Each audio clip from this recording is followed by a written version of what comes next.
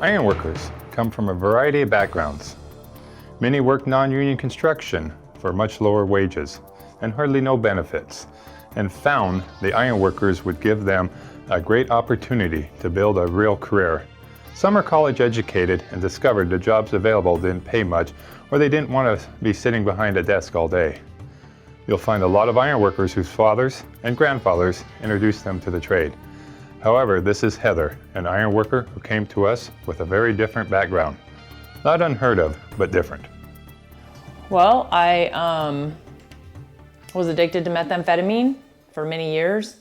I found myself making methamphetamine and living that lifestyle. I think it took about 2 years of running really hard, making meth, and I got caught, you know. They caught me fair and square. They had me under investigation, but once I was convicted, I felt a huge sense of relief. Like, okay, it's over, thank God, because it really was the only way of life that I knew from early childhood, you know, my mom and all that. So I knew there was a better way to live. I just didn't know how to get there. Because I wasn't in jail for very long before I went to Purdy, so they like caught me, got me into sentencing, and got me to Purdy quickly. So I had to detox, slept a lot the first, month or so I was in receiving. I was classified a minimum security risk, so I was able to go up to the hill, they call it, which was, the minimum security part of the prison. And not too long after that, this was the whole defining moment in my prison time. So there was a call on the bulletin board, DNR. They were looking for people to go work DNR. And nobody knew what DNR was, and none of us girls had any idea. We just knew, we could get our gate card and we could go outside of the prison to work. So we were like, oh yeah, let's do that. I was able to go work on DNR, and that entailed, going out in the woods with a chainsaw, planting trees, fighting fires, just hard physical labor every day. And that was a huge catapult for me. It gave me a work ethic, got me used to working hard, team building. I was the lead on my crew. I answered to this guy, Mike Mather. He was this gruff guy from Texas, and he always expected the best out of us every single day, no matter what. He didn't care. You're going to do your best every day, your own personal best. You're going to do it every day. And that was defining for me. Also, being in there, I felt like, I just felt like I didn't belong. I knew that I deserved to be there. I accepted that. I deserved to be there. They caught me fair and square, and I was wrong, but I didn't feel like I belonged there. I saw these women coming back and forth, in and out. The officers knew them by name. Hey, whoever, what are you doing back here? Oh, well, I got violation for this or a violation for that. And I just looked at it. I was like, this is no way to live. No way to live. And I was determined to be better. Heather didn't yet understand an important ironworker tradition. If your goal is to find a path to success that includes a strong work ethic, a trustworthiness that allows others to depend on you, and a determination to be the best, then you are just what we're looking for. I kept getting these piddly little jobs, like construction, doing something here, or I got a job siding houses, and I suck at siding houses. So I was getting paid piecework siding these houses, and I wasn't good at it, so I wasn't making any money. And I was about 5 months fresh out of prison at that point, and I was starting to feel some despair, like, oh my God, is this how my life is always going to be? Am I always going to be struggling like this? This felony has got me, I'm never going to be able to get past this.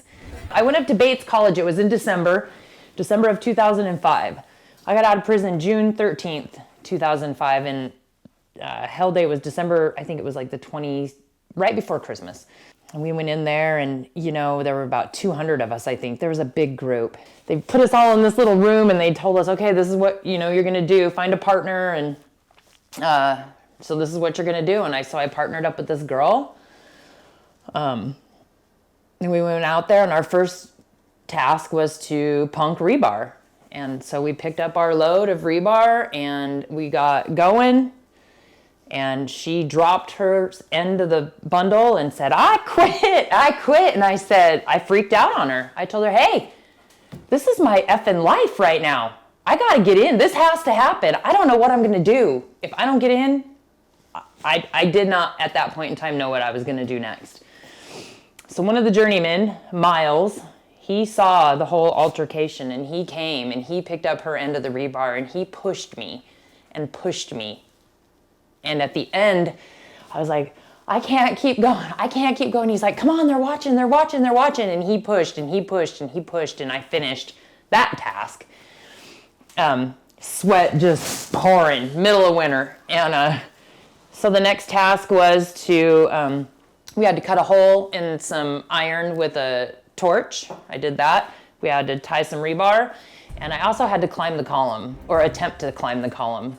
And I went up there. They harnessed me up, and I climbed that thing and I rang that bell and I came down and I just started bawling. And Lee Nugent was there that day. He was our apprenticeship coordinator at the time, and he told me, he called me over there and he said, we got to have women in our local and we want them to be like you. Looking at Heather, it was real evident from the beginning that people looked up to her. She was a driver. People were looking to her for advice, even in the first apprenticeship classes, right through orientation, right through her first year. Another ironworker tradition is that every experienced hand plays a role in teaching the newest and less experienced members the skills they need to do the job and to be safe. Heather benefited from this tradition and doesn't forget who helped her become one of the more skilled ironworkers in Local 86. Well, Lee Nugent, for one, he invited me back to, orientation, so I owe a lot to him. And the first rod company I worked for, RPM, and all of those guys who broke me in, I owe a lot to them. And I owe a lot to Greg Redmond, my first post-tensioning boss, and he had a lot of faith in me, and he always pushed us to do well and be the best that we could be, no matter what we were doing. I had to make a living. I was fresh out of prison, and it was either that or I didn't know what I was going to do if I didn't make it as an iron worker, so I just did it. I think a lot of it boils down to your self-esteem and your self-worth. You got to believe that you're worth it and you're better than that way of life that you've chosen in the past. For sure, Heather is worth it. And her second choice in life to become a union ironworker has given her the rewards hard work deserves. This is part of the American dream that is still alive because of the union building trades and their apprenticeship programs. This is what today's labor union is about, offering opportunity to those who want to put in a day's work, continuing to set the standards of modern construction skills even higher. Good for you, Heather. We are proud to be part of your team. If you're not afraid to get dirty and work hard, yeah, it's a perfect occupation, right? I get paid great money, and at the end of every day, I feel like I've put in an honest day's work and I earned my paycheck, and that gives me a huge sense of accomplishment.